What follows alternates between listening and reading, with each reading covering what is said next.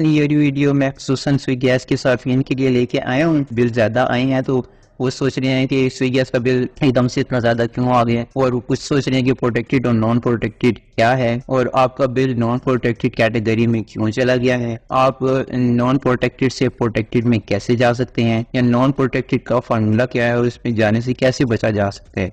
इसके अलावा जो आपके स्विगी गैस के बिल हैं उसके टैरिफ के नीचे जो सी एक इबारत लिखी हुई है, there shall be one preceding slab benefit available to domestic customers except for consumers above 4 HM3। तो इस वीडियो के अंदर मैं आपको आपके इन सारे सवालों के जवाब देने की पूरी कोशिश करूंगा।